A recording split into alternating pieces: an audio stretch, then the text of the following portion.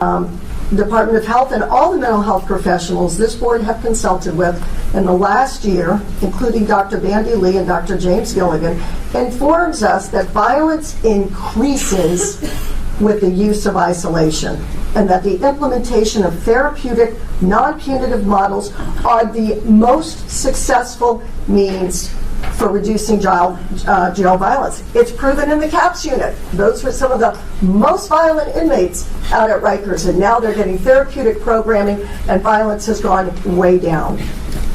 So in closing, I wish to thank all of my colleagues on this board who have really worked very collaboratively under very strict time constraints, especially our 3 new board members who joined the board too late to hear a lot of the testimony and speak to a lot of the people we've spoken to in the last year, many of whom are here today.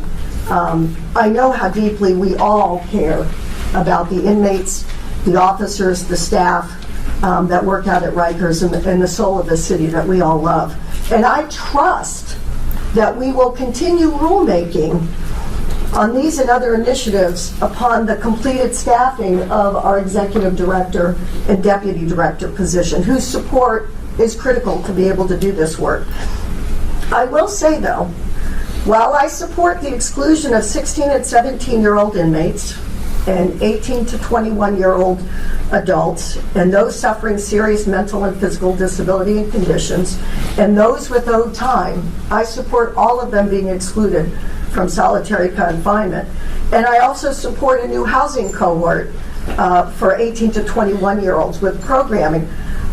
I do not support locking in the enhanced supervision inmates 17 hours a day.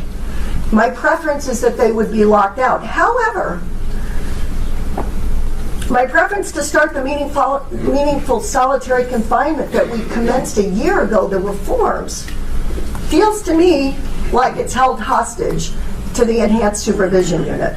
So at this time, I'm going to take Commissioner Pont and my colleagues on this board at their word that we will continue to examine the root causes of escalating violence. We will consider the Department of Corrections' contributions to the culture of violence.